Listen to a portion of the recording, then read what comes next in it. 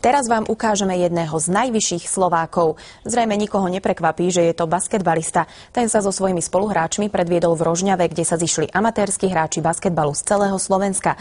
Hralo sa až o 500 eur a hoci zápasy trochu kazilo počasie, účastníkov turnaja neopúšťala dobrá nálada. Aj napriek nepriaznivému počasiu dnes Rožňava žila streetballom. Hádam, každého najviac zaujal Martin. Na prvý pohľad celkom obyčajný chlapec, ktorého najväčším koníčkom je basketbal.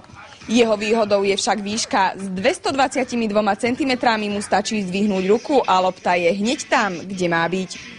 Všetko má ale aj svoje nevýhody a pre bežných ľudí obyčajné veci sú preňho problémom. Testovanie mi robí dosť problém, hej, a autobusy sú dosť malé, hej, alebo lietadlo, tak tam sa fakt, že sa dá už len nejak ťažko sadnúť, ale tak nejak to musíme zvládnuť. Jeho posteľ musela byť vyrobená špeciálne preňho. 2 metre majú posteľ, ale tak to je málo. No. Oblečenie si Martin kupuje v zahraničí alebo si ho dáva šiť na mieru. Číslo jeho topánok je 17 a naozaj veľký problém má aj s hľadaním partnerky. V mojej výške tak to je ťažko, hej, ale tak sú napríklad volejbalistky, basketbalistky alebo no aj tie vyššie baby, takých 180 sú, hej, ako na, takže no tak sa dá nájsť. Z takejto výšky sa na svet pozerá 222 cm Martin. Z Rožňavy pre televíziu Joj, Martina Molčanová.